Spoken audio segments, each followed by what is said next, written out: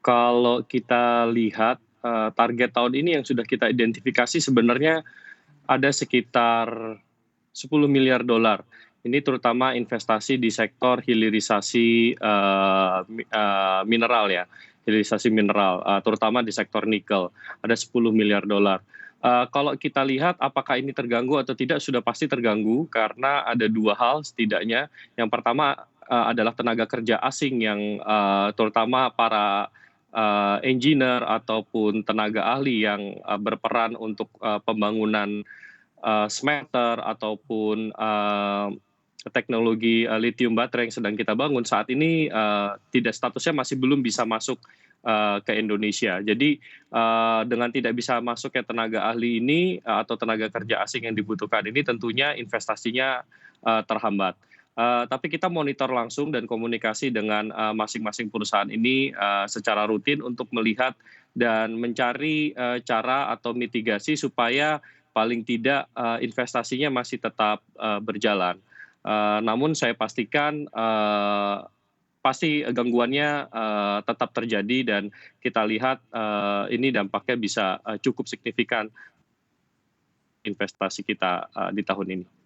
Dari catatan dan informasi yang diperoleh oleh Kemenko sendiri per hari ini, Pak Septian, seberapa sudah mulai normalnya sih aktivitas perekonomian di China? Karena ini kita akan coba relatekan, akankah sektor manufakturnya bergerak kembali normal sehingga permintaan paling tidak komoditas energi dari negara kita bisa kembali normal juga. Anda melihat seperti apa? Kalau dari informasi yang kita peroleh, yang pertama, pabrik-pabrik terutama, besi baja, smelter untuk beberapa bahan mineral itu, akhir bulan ini seharusnya sudah kembali, beroperasi secara normal. Itu yang pertama. Yang kedua, inland transportation, yang ada di Tiongkok sendiri juga, harusnya dalam bulan ini juga sudah mulai kembali normal. Jadi sebenarnya kita bisa melihat mungkin nanti permintaan terhadap beberapa komoditas kita akan mengalami sedikit peningkatan. Namun ada risikonya, yang paling signifikan adalah ini kan Cina juga harus mengekspor produknya itu kembali ke luar negeri ya, terutama pasar utama terbesarnya mereka adalah Eropa dan Amerika Serikat.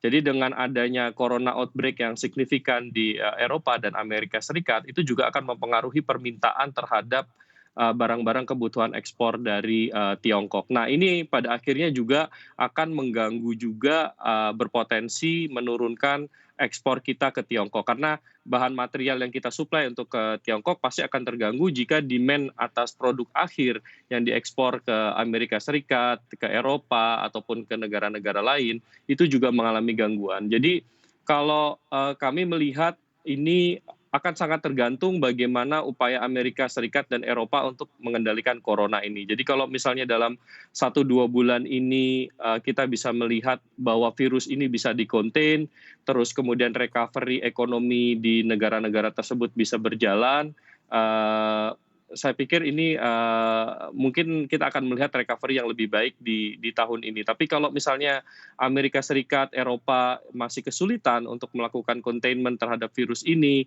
dan masih kemudian ada pembatasan-pembatasan yang cukup signifikan terhadap aktivitas masyarakatnya, saya pikir ini recovery-nya bisa bisa menjadi lebih lama. Jadi otomatis nanti permintaan terhadap harga komoditas yang unggulan kita seperti batu bara, nikel, itu juga akan terganggu.